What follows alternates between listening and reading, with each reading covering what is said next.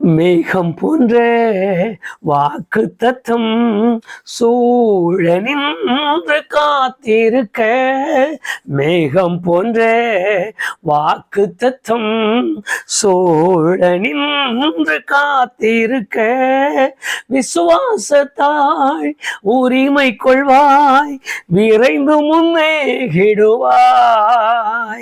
விசுவாசத்தாய் உரிமை கொள்வாய், விரைந்து முன்னேகிடுவாய். விசுவாசியே நீ பதறாதே, விசுவாசியே நீ கலங்காதே, விசுவாசியே நீ பதறாதே, விசுவாசியே நீ கலங்காதே. விசுவாசத்தால் நீதிமான் இன்றும் என்றும் பிழைப்பான். விசுவாசத்தால் நீதிமான் இன்றும் என்றும் பிழைப்பான். இயேசு கிறிஸ்துவின் இணையற்ற நாமத்தினாலே தேவ சமூகத்தில் சேர்வதற்கு மறுபடியும் நமக்கு ஒரு பாக்கியமான வேலையை கர்த்தர் கொடுத்ததற்காக நான் அவருக்கு நன்றி சொல்லி, நான் வேத புஸ்தகத்திலிருந்து ஆதியாகமம் 19வது அதிகாரம் 17வது வசனத்தில் லோத்துக்கும் லோத்தின் குடும்பத்திற்கும் கர்த்தருடைய தூதர்கள் கொடுத்த நல்ல ஆலோசனையை இன்றைக்கு நம்முடைய நினைவிலை கொண்டு, அன்றைக்கு இந்த காரியங்களை செய்த தேவன் இன்றைக்கும் அதை விரும்புகிறாரா, இன்றைக்கும் அப்படிப்பட்ட நிலை என்ன என்கிற ஒரு காரியங்களை சிந்திப்பதற்கு தேவன் நமக்கு போதுமான கிருபையை கொடுக்க ஆவியானவர் ஒத்தாசை செய்வாராக. எழுதின வேத வசனத்தை கவனித்து பாருங்கள்.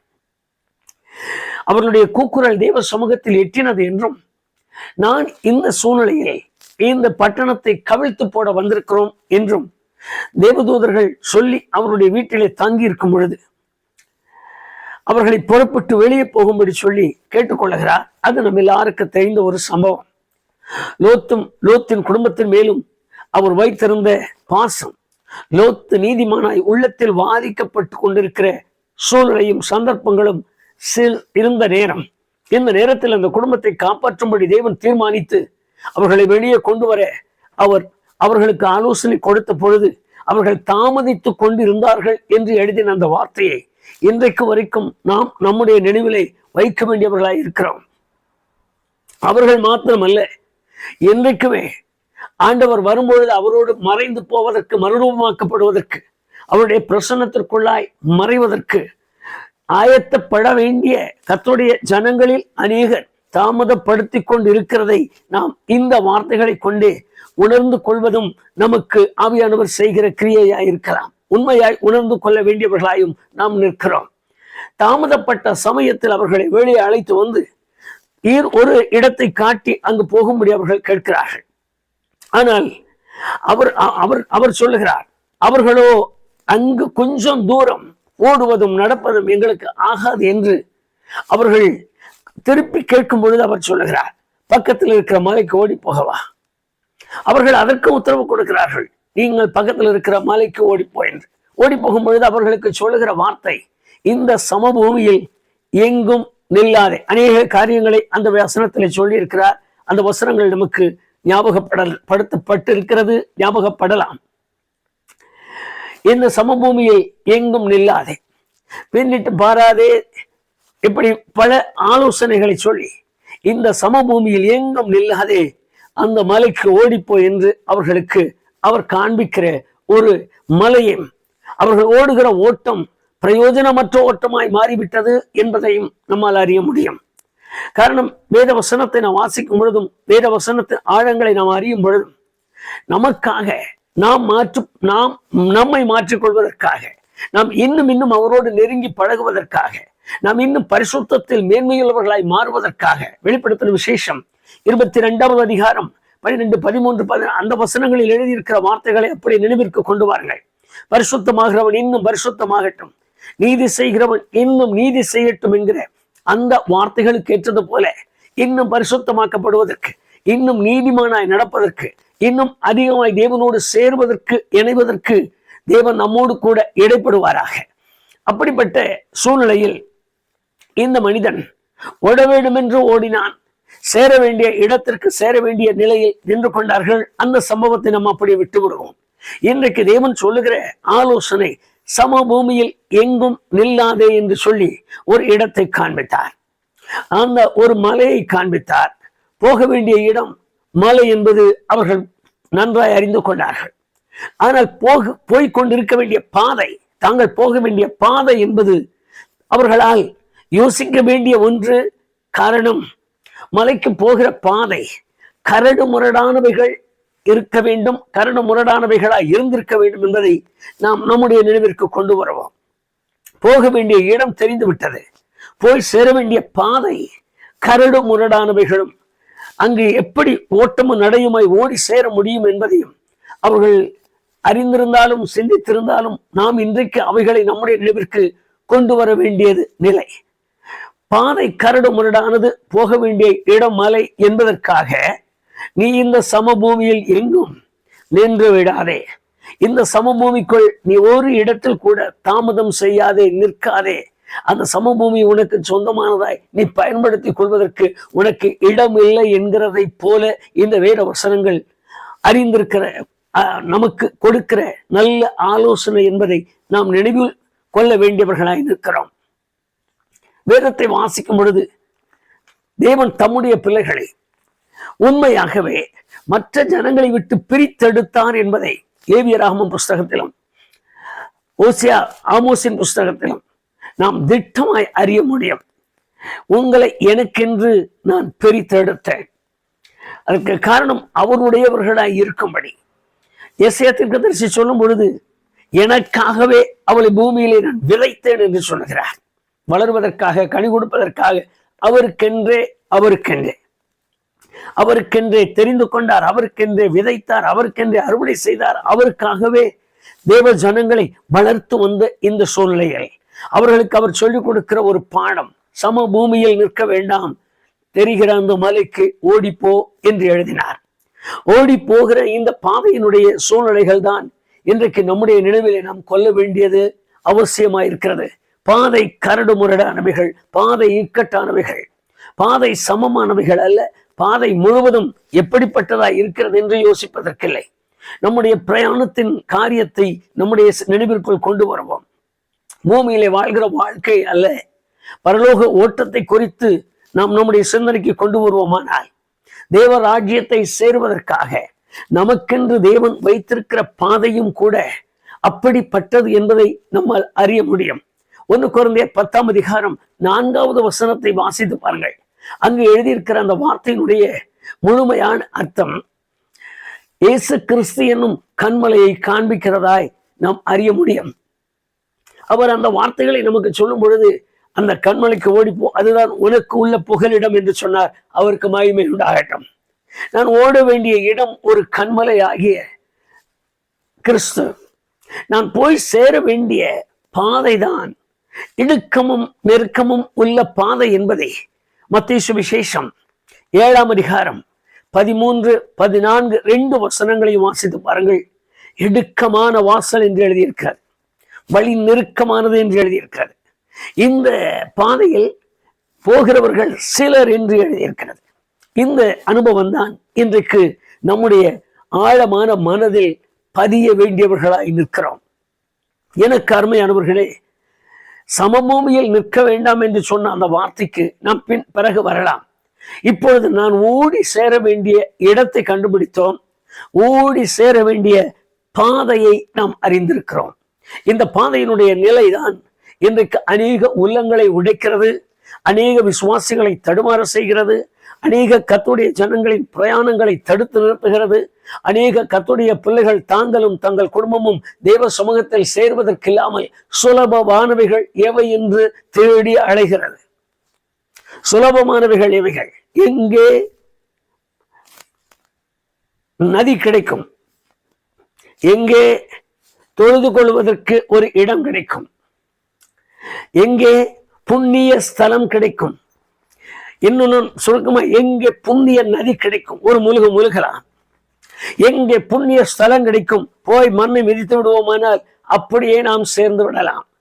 விசாலமான ஒரு பாதையும் இடுக்கமான ஒரு பாதையையும் தேவன் காண்பித்து, நீ மலைக்கு போ, சமபூமிக்குள் நிற்க வேண்டாம் என்று சொன்ன அந்த வார்த்தையை மறுபடியும் உங்கள் நினைவிற்கு கொண்டு வாருங்கள். அப்பொழுதுதான் நாம் சிந்திப்பதற்கும் செயல்படுவதற்கும் நமக்கு அவைகள் ஆழமான உணர்வுகளை கொண்டு வரும். இடுக்கமான பாதை என்று எழுதியிருக்கிறது. இந்த இடுக்கமான பாதையை கொஞ்சம் யோசிக்க தொடங்கினார். உலகத்தில் உள்ள அனுபவங்களோடு கூட இணைந்திருக்கிற ஒரு சூழ்நிலை என்பதை நாம் அறிய முடியும்.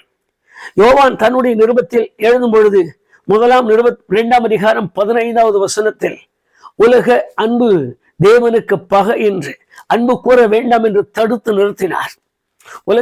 உலகத்தின் காரியங்களிலும் உலகத்திற்கு உரியவைகளிலும் உலகம் காட்டுகிற பாதையிலும் உலகத்தினுடைய ஆசாபாசங்களில் உலகத்தினுடைய எல்லா விதமான சடங்கு சம்பிரதாயங்களில் உலகத்தில் மனுஷன் சொல்லுகிற ஒவ்வொரு காரியங்களிலும் அவனாக யூகிக்கிறதோ அல்லது அவன் இப்படிப்பட்ட காரியங்களை செய்வதிலும் தலையிட வேண்டாம் என்கிறது போல அதை தடுத்து நிறுத்துகிறது. யாக்கோபு எழுதும் பொழுது நேர்த்தியாக எழுதினார். 4ஆம் அதிகாரம் 4வது வசனத்தில் உலகத்தில் அன்பு கூர்ந்தால் அவரிடத்தில் இவனுடைய அன்பு இல்லை என்கிறது போல. அப்படியானால் நான் கரடு முரடான ஒரு பாதையில் வெறுக்க வேண்டிய என்னுடைய சகோதரன், வெறுக்க வேண்டிய என்னுடைய சகோதரி, வெறுக்க வேண்டிய என்னுடைய தோழர்கள் ஆனாலும் நான் அவர்களை விட்டுத்தான் நிற்க வேண்டிய கட்டாயமான ஒரு நிலை இருக்குமானால் என் விசுவாசத்து நிமித்தம் நாம் என்ன செய்ய வேண்டும்? யோசித்து பாருங்கள் ஒரு நிமிடம். என் விசுவாசத்து நிமித்தம் நான் எப்படி என் விசுவாசத்தை கடைபிடிப்பது? எப்படி என் விசுவாசத்திலே கால் ஊன்றி நிற்பது? அப்படியெல்லாம் வேதம் சொல்லுமா? அப்படி பகைக்க சொல்லுமா? அப்படி விரோதிக்க சொல்லுமா? அப்படி விலக சொல்லுமா? அப்போ சொன்ன பவுல் சொன்னார், உலகத்தில் இருந்து உங்களை நான் பிரிந்து வாழ சொல்லவில்லை. குறிப்பிட்ட சூழ்நிலையிலிருந்து, குறிப்பிட்ட சந்தர்ப்பத்திலிருந்து, குறிப்பிட்ட மக்களின் நடுவில் இருந்து. ஆகவேதான் பவுல் எழுதும் பொழுது மறுபடியும் எழுதினார், பேலியாளுக்கும் கிறிஸ்துவுக்கும் சம்பந்தம் ஏது? ஒலிக்கும் இருளுக்கும் ஐக்கியம் ஏது என்று எழுதினார். இப்படி அவர் எழுதி நம்மை உற்சாகப்படுத்துவதும் நம்மை தேவ சமூகத்திற்கு கொண்டு வந்து நிறுத்துவதற்கும் ஒரே ஒரு பெரிய காரணம் என்னவென்றால், தேவன் சொல்லுவதெல்லாம் நான் முற்றிலும் பரிசுத்தம் உள்ள ஒரு மனித வாழ்க்கையை, பரிசுத்தம் உள்ள ஒரு வாழ்க்கையை வாழ வேண்டும் என்று தேவன் விரும்புகிறார். அதற்காக எல்லாவற்றையும் ஒதுக்கிவிட்டு எல்லாரோடும் பகைத்து கொண்டு எல்லாரையும் வெறுத்து தள்ளிவிட்டு வாழ்வதற்காக அல்ல. தேவன் சொல்லுகிற காரியங்கள் எல்லாம் சமபூமியில் நிற்க வேண்டாம் என்கிறது போல. நான் மறுபடியும் நம்முடைய நினைவிற்கு கொண்டு வரலாம். வாழ்க்கையில் எத்தனையோ ஓட்டங்களை ஓடிவிட்டோம்.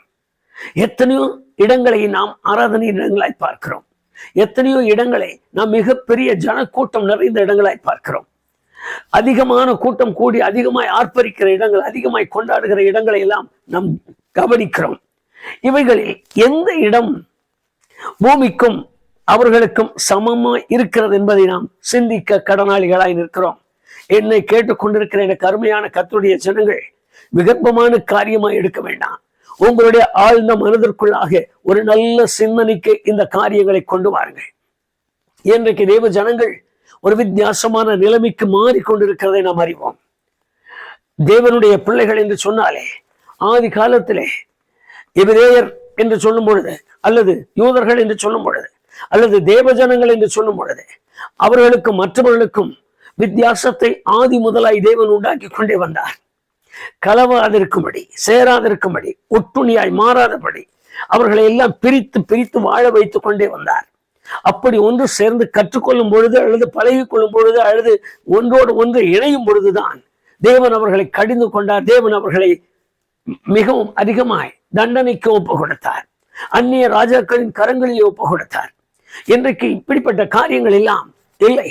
காரணம், நான் சத்தியமான காரியங்களை சொல்லுகிற இடத்தில் கூட்டங்கள் இருக்காது, மக்கள் கூட மாட்டார்கள். காரணம், உபதேசம் தாறுமாறானது. உபதேசம் யாரோ சொல்லிக் கொடுக்கிறவர்கள், உபதேசம் எங்கிருந்தோ வந்து விட்டது. இப்படி சொல்லி நான் இன்றைக்கு விசுவாச காரியங்களிலே குலைந்து போய் நிற்கிறார்கள். அதனால் என்ன? அவனை ஆதாயப்படுத்திக் கொள்ள நான் அவனை சிநேகிக்கிறேன், அவனோடு சம்பந்தம் கலந்திருக்கிறேன், அவனுக்கு என் அன்பை காண்பிக்கிறேன், அவனுக்கு என் சிநேகத்தை காண்பிக்கிறேன். வேதம் சொல்லுகிறது, அன்றைக்கே அவர் சொன்னார், இந்த சமமான பூமியில் எங்கும் நிற்க வேண்டாம், இந்த சமமான நிலையை உருவாக்கி கொள்ள வேண்டாம், இந்த சமமான நிலையை உனக்குள்ளாக வைத்துக் கொள்ள வேண்டாம் என்கிறது போல ஒருவேளை சிந்திப்பீர்களானால், தேவனுடைய ஆவியானவர் உங்களோடு பேசுவாரானால் அல்லது உணர்த்துவாரானால், இந்த சம்பவங்களை அப்படியே மனதிற்குள் கொண்டு வாருங்கள். காரணம், நில்லாதே, திரும்பி பாராதே, அந்த சூழ்நிலைகளுக்கு ஏற்றது போல் உன் மனதை செலுத்தாதே, உன் சிந்தனையை மாற்றிக்கொள்ளாதே. நீங்கள் தானியேலின் புஸ்தகத்தில் 9ஆம் அதிகாரம் 3வது வசனத்தில் வாசிப்பீர்களானால், தானியேல் கர்த்தரை தேடின விதமும் அப்படி எழுதியிருக்கிறது. அவன் தன் முகத்தை தேவனுக்கு நேராக்கி உபவாசத்தாலும் ஜெபத்தாலும் விண்ணப்பத்தாலும் தேவனை தேட தொடங்கினார் என்று, தன் முகத்தை தேவனுக்கு முன்பாக நேராக்கினார் என்று அந்த வார்த்தைகளையும் இவைகளையும் கொஞ்சம் ஒப்பிட்டு பாருங்கள். அவனுடைய செயல்பாடுகள் தேவனுக்கும் அவருக்கும் உள்ளதாக, அவனுடைய நடைமுறைகள் தேவனுக்கும் அவர்களுக்கும் உள்ளதாக, அவனுடைய காரியங்கள் தேவனுக்கும் அவர்களுக்கும் நெருங்கி இருக்கிறதாகவே தான் இருந்து வந்தது. இன்றைக்கு இருக்கிற சூழ்நிலைகள் வித்தியாசமானது. இடுக்கமான பாதை என்பதுதான் இன்றைக்கு அநேகருக்கு முடிவதில்லை. நெருக்கமான பாதை என்பது முடியவில்லை. வேறும் சொல்லுகிறது, தன்னை தானே வெறுத்து தன் சிலுவையை சுமந்து கொண்டு என்னை பின்பற்ற கடவன். அடுத்து வேதம் சொல்லுவது, எல்லாவற்றையும் ஒதுக்கி உதறி தள்ளுகிற ஒரு அனுபவம் என்பது கூடாத ஒன்று. அது முடியாது. என்ன செய்தாலும் அதற்கு விவரமான காரியங்களை விவரிக்க முடியாது. அது எப்படி என்று எழுதவும் அல்லது எப்படி என்று சொல்லவும் முடியாது. ஆனால் தேவன் விரும்புவதெல்லாம் ஆவிக்குரியவைகள், ஆவிக்குரியவைகளோடு மாத்திரம் இணைந்து நிற்க வேண்டும். அப்போஸ்தலனாகிய பவுல் எழுதும் பொழுது சொன்னார், நான் ஆவிக்குரியவைகளை மாம்சத்துக்குரியவைகளோடு இணைத்து உங்களுக்கு சொல்லுவதில்லை, ஆவிக்குரியவைகளை ஆவிக்குரியவைகளோடு நான் இணைத்து சொல்லுகிறேன். கர்த்தருக்கு மகிமை உண்டாகட்டும். என்னை கேட்டுக்கொண்டிருக்கிற எனக்கு அருமையான கர்த்தருடைய பிள்ளையே, எனக்கு நான் சமமான பூமியில் நின்று கொண்டிருக்கிறேனா அல்லது கரடு முரடான பாதையில் என் பிரயாணத்தை தொடங்கி நான் மலையை நோக்கி ஓடிக்கொண்டிருக்கிறேனா? நான் 2 காரியங்களையும் சிந்திக்க வேண்டும். கொஞ்சம் திரும்பினார் ஆபத்து, திரும்பி பாராதே என்று சொல்லிவிட்டார், நிற்காதே என்று சொல்லிவிட்டார். நான் திரும்பி பார்ப்பேன், ஆனால் விட்டு வந்தவைகளை, நான் மறந்து வந்தவைகளை, என்னை ரட்சிக்க கூடாதவைகளை, என்னை காப்பாற்ற முடியாதவைகளை, எனக்கு ரட்சிப்பாய் பயன்படாதவைகளை, என்னுடைய ரட்சிப்புக்கு காரணம் இல்லாதவைகளை நான் திரும்பவும் பார்க்க கூடாது என்பது அதனுடைய அர்த்தம். நான் திரும்பி பாராமல் ஓட வேண்டுமா? நான் நின்று அவைகளை கவனியாமல் ஓட வேண்டுமா? ஆகவே நான் திரும்பவே வேண்டாம் என்று சொன்னார். நான் திரும்ப ஆரம்பிப்பாயினால் என்னுடைய பழையவைகள், எனக்கு உண்டானவைகள், எனக்கு எல்லாம் அவைகள் உணர்வுக்கு கொண்டு வருகிறவைகளாய் மாறிவிடுகிறது. சமபூமியில் எங்கும் நில்லாதே, சமபூமிக்குள் எங்கும் நில்லாதே, அதுல எல்லாம் ஒண்ணுதான். அவர்களும் இவர்களும் அப்படிதான். நீங்க அப்படி எடுத்தீங்க, நாங்க இப்படி ஞானஸ்நானம் எடுத்தோம், நீங்க அப்படி ஜெபிக்கிறீங்க, நாங்க இப்படி ஜெபிக்கிறோம், எல்லாம் ஒரே காரியம் இல்லை. நான் மறுபடியும் உங்களுக்கு சொல்லுகிறேன், பிதா குமாரன் பரிசுத்த ஆவியானவரின் நாமத்தினாலே பாவங்கள் உணர்ந்து பாவத்தை அறிக்கை செய்து இனி நான் அந்த காரியங்களுக்கு ஈடுபட மாட்டேன் என்கிற ஒரு உணர்வோடு தண்ணீரிலே மூழ்கி ஞானஸ்நானம் பெற்றுக் கொள்வதும், பரிசுத்த ஆவியானவராலே நிறைந்து பரிசுத்தத்தை காத்துக் கொள்வதும், பரிசுத்த ஆவியானவராலே போதிக்கப்பட, பரிசுத்த ஆவியானவராலே உணர்த்தப்பட, பரிசுத்த ஆவியானவராலே சத்தியத்திற்குள் நடத்துகிற அனுபவத்தோடு நடப்பதும், நான் வாழ்கிற வாழ்க்கையின் ஒவ்வொரு நாளும் ஒவ்வொரு இமைப்பொழுதும் கிறிஸ்துவுக்காக கிறிஸ்துவுக்காக என்கிற அந்த அடிச்சுவடுகளில் நான் நடப்பதும் ஒரு இடுக்கமான பாதை என்பதை நாம் அறிந்திருக்கிறோம். இந்த இடுக்கமான பாதையில் நடந்து நான் ஒரே குறிக்கோளாய் அந்த மலையை நோக்கி ஓட வேண்டும். என்னுடைய சிந்தை திரும்புமானால், என்னுடைய நினைவுகள் மாறுமானால், என்னுடைய காரியங்கள் என்ன மாதிரி திரும்பினாலும் அது சமபூமிக்கு சமானமாய் மாறுகிறது. அவர் சொல்லுகிற வார்த்தை, இந்த சமபூமியில் நிற்க வேண்டாம், என்ன மாதிரி ஆனாலும் நிற்க வேண்டாம், யார் வந்து சொன்னாலும் நிற்க வேண்டாம், யார் பேசினாலும் நிற்க வேண்டாம், யார் உபதேசித்தாலும் நிற்க வேண்டாம், எப்படிப்பட்ட ஞானம் புறப்பட்டு வருகிறது என்று சொன்னாலும் சமபூமிக்குள் வாழ வேண்டாம் என்பதுதான் தேவனுடைய தீர்மானம். அப்படியானால் இன்றைக்கு நானும் என் குடும்பத்தாரும், நானும் என் சபையாரும், நானும் கர்த்தரை நம்பிக்கொண்டிருக்கிற கர்த்தருடைய ஜனங்களும் என்ன விதமான ஓட்டத்தில் இருக்கிறோம் என்பதை ஒரே ஒரு முறை நாம் சிந்திக்க தொடங்கினாலே நம்முடைய விசுவாசத்தின் தன்மை முற்றிலும் வெளிப்பட்டுவிடும். என்னோடு கூட இன்றைக்கு தெய்வ சமூகத்தில் காணப்படுகிற அருமையான கர்த்தருடைய பிள்ளையே, நம்முடைய நோக்கம், நம்மை குறித்த தேவனுடைய தீர்மானம், ஒரு மலையை காண்பித்து அந்த மலைக்கு ஓடிப்போய் என்றார். கிறிஸ்துவாகிய அந்த கண்மலையினிடத்திற்கு ஓடிப்போ. கிறிஸ்துவாகிய கண்மலையை மாத்திரம் நோக்கி ஓடிப்போ. அந்த ஓடுகிற ஓட்டம் உனக்கு இடுக்கமும் நெருக்கமும் மனவேதனையும் புலம்பலும் கஷ்டங்களும் கண்ணீரும் எல்லாவற்றையும் வெறுத்து தள்ளுகிற ஒரு நிலைமையும் விட்டுவிட முடியாத இறுக்கமான சூழ்நிலைகளும் தென்படும், உனக்கு வந்தே தீரும். இந்த நெருக்கத்திலும் காலடி எடுத்து வைத்து ஜாக்கிரதையாக ஓடு, திரும்பி பார்க்க வேண்டாம். கர்த்தருக்கு மகிமை உண்டாகட்டும். நீ திரும்பி பார்த்து சம பூமிக்குள் நிற்பாயானால், அது போல என்கிற ஒரு அனுபவத்திற்கு வருவாயானால், அவர்களை போல என்கிற ஒரு சூழ்நிலைக்கு வருவோமானால், அது அவர்களை விடவா, அவர்களே இப்படி, அவர்களே அப்படிப்பட்ட அனுபவங்கள், அவர்களுக்கே இப்படிப்பட்ட சூழ்நிலைகள், அவர்களே இப்படி நடந்து கொண்டிருக்கிறார்கள் என்கிற அப்படிப்பட்ட ஒரு சந்தர்ப்பத்தை என் அனுபவத்தில் நான் கொண்டு வருவேனானால், என் சிந்தை மாற தொடங்கும். நான் திரும்பி பார்க்க வேண்டியவனாய் மாறுவேன். வேதம் அப்படி சொல்லுகிறது. என்னுடைய நினைவுகள் மாறும், நான் திரும்பி பார்க்க வேண்டியவனாய் மாறுவேன். ஓடிக்கொண்டிருக்கிற ஓட்டத்தை அப்படியே கவனித்து பாருங்க. ஒரு புருஷன் மனைவி, அவர்களுக்கு இருக்கிற 2 பிள்ளைகள் ஓட்டமாய் ஓடுகிறார்கள், ஓடிக்கொண்டிருக்கிறார்கள். ஓடுகிறவர்கள் பேசாம ஓடல, திரும்பி பார்த்தார்கள் என்று எழுதியிருக்கிறது. ஒரு தாய் திரும்பி பார்த்தால், பார்த்த இடத்தில் அப்படி உப்பு தூணாளான். அவருடைய வாழ்க்கையை எண்ணி பாருங்கள், அவருடைய காரியங்கள் எத்தனை சோகமாய் முடிந்தது. ஒரு தகப்பனோன் 2 பிள்ளைகளும் சேர்ந்த மலையிலே வாழ்ந்து கொண்டிருக்கிறார்கள். பரிதாபமான நிலைமை அவருடைய வாழ்க்கை. அவருடைய வாழ்க்கையில் பிறந்த பிள்ளைகளை எண்ணி பாருங்கள். அந்த வேத வசனத்தை வாசிக்கும் பொழுதுதான் தெரியும், எனக்கு அருமையான கர்த்தருடைய பிள்ளையே, இன்றைக்கும் தேவன் உங்களோடு கூட இடைப்படுகிற ஒரு நல்ல அனுபவங்களை நம்முடைய சிந்தனைக்கு கொண்டு வாருங்கள். இந்த பூமி நமக்கு சமமாய் தெரியலாம். நாம் செய்வது இதுதான் சரி என்று யாரோ சொல்லலாம், இதுதான் பக்குவப்படுத்தப்பட்ட அனுபவங்கள் என்று சொல்லலாம். இப்படி வாழ்கிற வாழ்க்கை, அப்படி வாழ்கிற வாழ்க்கை, இப்படி செய்து கொள்ளுகிறது, இதோடு கூட நாம் இருப்பது, இதெல்லாம் நமக்கு சமம் சமம் என்று சொல்லலாம். இந்த வேதம் சொல்லுகிறது, சமபூமியில் எங்கு நிற்க வேண்டாம். அதனுடைய அர்த்தம் நின்று வாழ வேண்டாம், மரித்து விடு, போய்விடு, எங்கேயோ நடந்து விடு, கடந்து விடு என்றெல்லாம் அல்ல. அந்த சமபூமியின் அனுபவங்கள் நம்முடைய ஆவிக்குரிய அனுபவத்தில் நாம் கடைபிடிக்க வேண்டிய காரியமாக தேவன் நம்மோடு இடைப்படுவார். தேவன் நம்மிடத்தில் எதிர்பார்க்கிறார். சமபூமி என்பது இந்த பூமிக்கு உரிய காரியங்களோடு கூட இணைந்து நிற்கிற ஒரு அனுபவம்.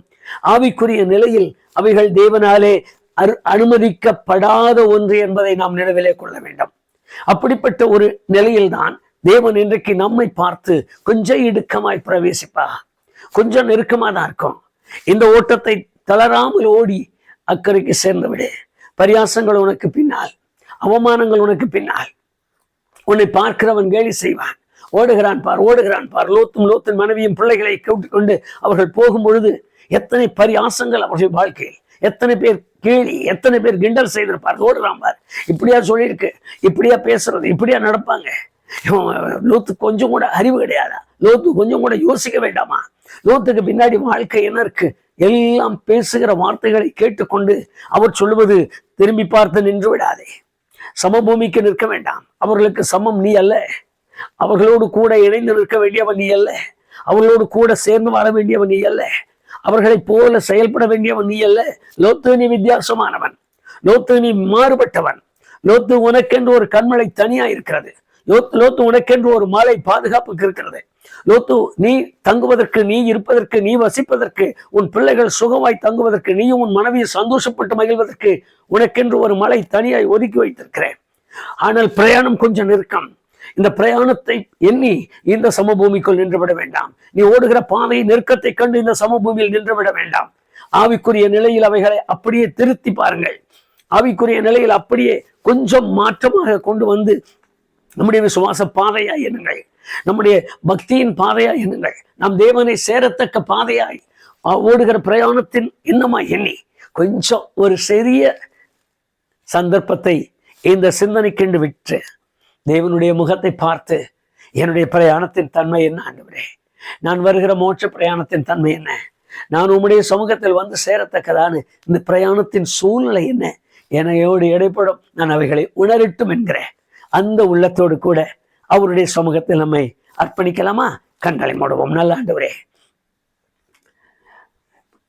எங்களோடு பேசி நம்முடைய வார்த்தைகளை நாங்கள் இப்பொழுது நினைக்கிறோம். நாங்கள் வாசித்த இந்த பாகத்தை எங்கள் அருமையான கர்த்தருடைய ஜனங்களுக்கு நீ காண்பித்த இந்த பாதையை அது மாம்சத்தின்படி நடந்த ஒரு உண்மை சம்பவம் என்று நாங்கள் உணர்கிறோம். ஆனால் நாங்கள் அதை ஆவிக்குரிய நிலையிலே எங்களுக்கென்று இப்படிப்பட்ட ஆவிக்குரிய பிரயாணம் இருக்கும், இது பிரயாணத்தினுடைய தன்மை இப்படித்தானே என்று நாங்கள் யோசிக்கிறோம், நாங்கள் சிந்திக்கிறோம். அப்படியானால் மாம்சத்தின்படி வாழ்கிற ஒரு மனிதனுக்கு ஒரு நெருக்கமான ஒரு பாதையில் கண்மலையை சேர வேண்டிய கட்டாயம் இருக்குமானால், ஆவிக்குரிய நிலையில் எங்களை காத்துக்கொண்டு அழியாத சுதந்திரமாகிய தேவராஜ்யத்தை சேர்வதற்கு பரிசுத்தவான்களின் பொக்கிஷத்திற்குள்ளாக அவர்களுடைய ஒளியினிடத்தில் வாசம் பண்ணுகிற பரிசுத்தவான்களினுடைய பொக்கிஷத்திற்கு சுதந்திர வழிகளாய் நாங்கள் மாறுவதற்கு தேவனுடைய குமாரனாய் இயேசு கிறிஸ்துவோடு கூட நாங்கள் தேவனுடைய ராஜ்யத்தின் சுதந்திரவாளிகளாய் நிற்பதற்கு எங்களை அழைத்த அழைப்பை இந்த ராத்திரியிலே நாங்கள் இந்த நேரத்திலே நாங்கள் நினைவு கூறுகிறோம். அந்த அழைப்பின் நோக்கமும் அந்த அழைப்பின் தன்மையையும் நாங்கள் எங்களை குறித்து சிந்திக்க வேண்டியவர்களாய் நிற்கிறோம். ஆகவே இந்த சமபூமியை நாங்கள் இப்பொழுது இருக்கிற நடைமுறைக்கு ஒப்பிட்டு சிந்திக்க வேண்டியவர்களாய் நிற்கிறோம். எங்களுக்கென்று தென்படுகிற அந்த கிறிஸ்துவாகிய கன்மலை, அவர் இருக்கிற இடமாகிய பரலோகத்தின் வாசஸ்தலங்கள் நாங்கள் அடைந்து வருவதற்காக, சுதந்திரிப்பதற்காக இந்த பிரயாணத்தின் காலங்கள் எங்களுடைய வாழ்க்கை ஆகிய ஓட்டம் கரடு முரடான பாதைகள் என்பதை நாங்கள் அறிந்தவர்களாக, நாங்கள் அந்த நெருக்கம், அது எங்களுக்கு கஷ்டம், அது எங்களுக்கு கொஞ்சம் போராட்டம் என்பதற்காக அன்றுவரே சமபூமியாகி இந்த உலகத்தின் சூழ்நிலைகளுக்கு ஏற்றது போல நாங்கள் வாழ்ந்து விடாதபடிக்கு எங்களை உணர்த்துவீராக. நாங்கள் அவைகளை அறிகிற உள்ளம் எங்களுக்கு தருவீராக. எல்லா காரியங்களையும் நாங்கள் அறிந்து கொள்ள வேண்டிய பிரகாரம் அறிந்து கொண்டு சமபூமியில் இது இப்படித்தான், அவர்கள் அப்படி நடந்தார்கள், இவர்கள் இப்படி நடந்தார்கள் என்கிற இப்படிப்பட்ட பேச்சுக்கு நாங்கள் இடம் கொடாதபடி வேதம் எங்களை இந்த கடைசி காலத்தில் எச்சரிக்கிற, தண்ணீரில் முழுகிற ஞானசானம் வேதம் எச்சரிக்கிற, எங்களை ஆவிக்குரியவர்களாய் பரிசுத்தப்படுத்திக் கொள்ள போதிக்கிற, சத்தியத்திற்குள் நடத்துகிற, எங்களை கண்டித்து உணர்த்துகிற ஆவியானவரின் செயல்பாட்டிற்கு மாத்திரமல்ல ஆண்டவரே, நாங்கள் இன்னும் இன்னும் எங்களை பரிசுத்தப்படுத்திக் கொள்ளத்தக்க நீதியுள்ள சரியான ஆராதனை, ஆண்டவர் இன்னும் அபிஷேகத்திற்குரிய ஆவிக்குரிய நாங்கள் வளர்வதற்குரிய கனிகள் நிறைந்த ஒரு வாழ்க்கை, எங்கள் வரங்கள் நிறைந்த வாழ்க்கை வாழ்ந்து நாங்கள் எங்களுக்கென்று நியமிக்கப்பட்ட மலையினிடத்திற்கு பத்திரமாய் வந்து சேர்வதற்குரிய பாக்கியம் உண்டாவதற்கு எங்களுக்கு கிருபை தருவீராக. நெருக்கம், போராட்டம், உபத்திரவங்கள், சங்கடங்கள், நோயின் கொடுமைகள், அதிகாரங்கள் நிறைந்த இந்த சூழ்நிலைகளில் ஆண்டவரே ஒரு கர்த்தருடைய மனுஷனும் பின்னிட்டு போகாதபடிக்கு, தடுமாறி விழுந்து போகாதபடிக்கு பலன் கொண்டு எழுந்திருக்க உம்முடைய பிள்ளைகளை நீர் பலப்படுத்தும். யாரெல்லாம் சங்கடத்தோடும் உபத்திரவத்தின் நெருக்கத்தோடும் கூட எவ்வளவு காலத்திற்கு நான் இப்படி பாடுபட வேண்டும், இன்னும் எத்தனை தூரம் நான் நடக்க வேண்டும் என்று அழுது புலம்புகிறார்களோ அப்படிப்பட்ட மக்கள் மேல் இரக்கம் கொண்டு கர்த்தாவே, அவர்கள் கரங்களை பிடித்து வெளியே லோத்தையும் லோத்தின் குடும்பத்தையும் விட்டது போல கரங்களை பிடித்து கர்மலை வரைக்கும் நடத்துவீராக. கிறிஸ்துவாகிய கர்மலை வரைக்கும் அவர்களை நடத்தி செல்ல உம்முடைய பிள்ளைகளுக்காக நாங்கள் ஜெபிக்கிறோம். உள்ளங்களை ஸ்திரப்படுத்தும், இருதயங்களை பலப்படுத்தும். ஆண்டவரே, யாரெல்லாம் இந்த இடுக்கமான பாதை எங்களுக்கு கொஞ்சம் கஷ்டையா முடியவில்லை என்று அங்கலாய்த்தாலும் அந்த பாதையிலும் வேதம் சொல்கிறது போல அவர்கள் உம்மை கரங்களில் ஏந்தி அவர்களை நடத்தி செல்லும். அவர்கள் பெற்றுக்கொள்கிற ஆனந்த பாக்கியம், அவர்கள் பெற்றுக்கொள்ளுகிற மகா பெரிய கிருபையை ஒரு நாளும் இழந்து விடாமல் அந்த கிருபைக்கு அவர்கள் பாத்திரவான்களாய் மாறத்தக்கதாக உம்முடைய பிள்ளைகளோடு இடைபடும். உம்முடைய பிள்ளைகளை ஆசீர்வதியும், அவர்கள் மேல் அன்புவையும், அவர்கள் மேல் இருக்கிற உம்முடைய நல்ல கிருபையை அவர்களை தேற்றி நடத்தும்படி ஒவ்வொரு நாளும் அவர்களை நடத்தி செல்வீராக. உம்முடைய வார்த்தைகள் உம்முடைய பிள்ளைகளின் உள்ளங்களில் ஆழமாய் பதியட்டும். அவர்களை சிந்திப்பதற்கு ஏற்றவாய் இந்த வார்த்தைகளை மாற்றித்தார். மாம்சத்துக்குரியதாய் வேண்டாம், ஆவிக்குரிய சிந்தனையோடு இவைகளை அவர்கள் உணர்ந்து கொள்ளுகிற பாக்கியத்தை தாரும். உமது கரத்தில் தருகிறோம், நீர் ஆசீர்வதியும். இயேசு கிறிஸ்துவின் நாமத்தில் ஜெபிக்கிறேன் பிதாவே, ஆமென், ஆமென். கண்மலை வரைக்கும் போக வேண்டிய பிரயாணத்தை தொடர்ந்து நடத்துகிற ஒவ்வொரு கர்த்தருடைய பிள்ளைகளையும் கர்த்தர் தம்முடைய கரத்தினாலே பிடித்து பத்திரமாய் திரும்பி பார்க்கிற மனதை மாற்றிவிட்டு சமபூமியில் எங்கும் நில்லாமல் தேவராஜ்யம் சேர்வதற்கு மகிமைக்குரிய பிள்ளைகளாய் மாற்றுவாராக. ஆமென், ஆமென்.